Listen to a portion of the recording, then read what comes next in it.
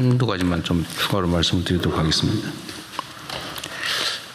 이게 지금 국내 요인에 의한 게 아니고 이제 국제적 요인에 의한 것이기 때문에 이 대응에 있어서 외교 부문 역할이 정말로 중요해요.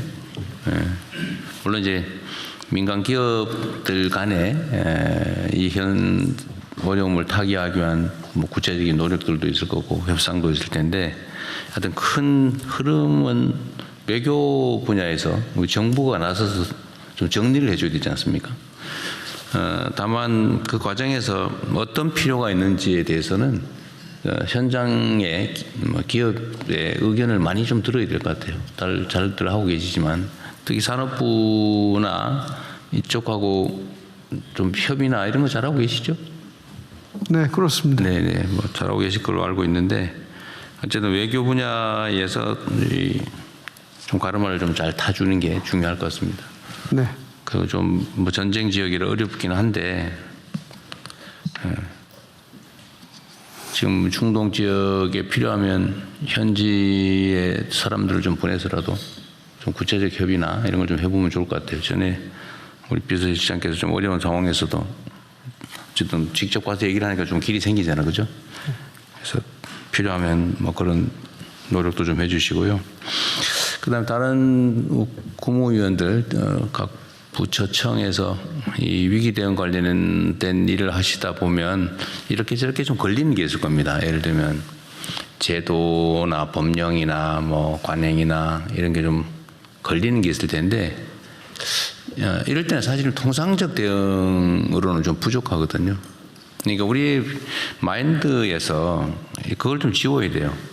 특히 그러니까 뭐 직업 공무원들이야 그럴 수 있는데 이게 지금 선출직이나 아니면 정무직 공무원을 두는 이유는 그런데 좀 벗어나라고 있는 제도거든요. 그래서 필요하면 아까도 말씀드렸지만 무슨 법 제도에 문제가 있다 그러면 바꿔야죠. 예를 들면 지금 수입 규제 때문에 좀 어렵다 뭐 또 심사 뭐 이런 것 때문에 시간이 많이 걸린다 이런 얘기들이 혹시 나올 수 있는데 그런 경우는 심사 절차를 앞당기든지 필요하면 생략하든지 이런 것도 과감하게 할 수 있어야 됩니다. 근데 이게 대체적으로 보면 나중에 혹시 문제되지 않을까 싶어서 안 해버리거든요.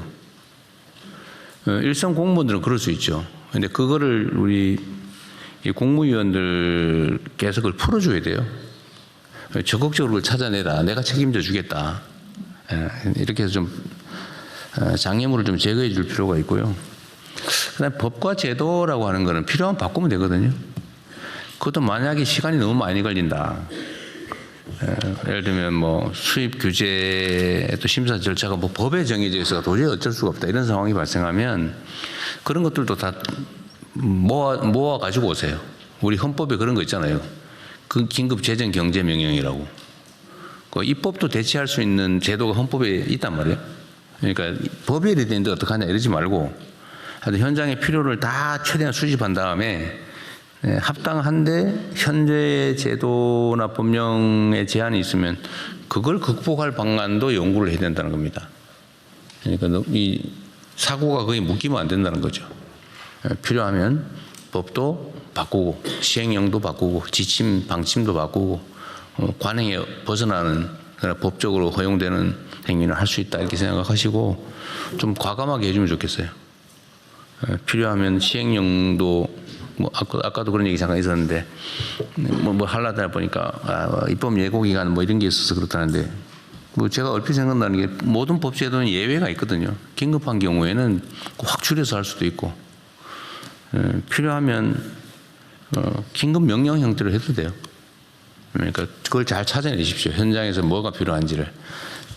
그래서 접촉도 좀 많이 하시고 얘기도 많이 듣고 과제를 먼저 다 추출한 다음에 이걸 어떻게 해결할 거냐. 걸리면 각 부처 단위에서 끌어안고 고민하지 마시고요. 국무회의로 가져오시고 대통령실로 가져오면 제도를 바꿔서라도 또 비상입법을 해서라도 해결할 테니까 좀 각별히 유념해 주시기 바랍니다.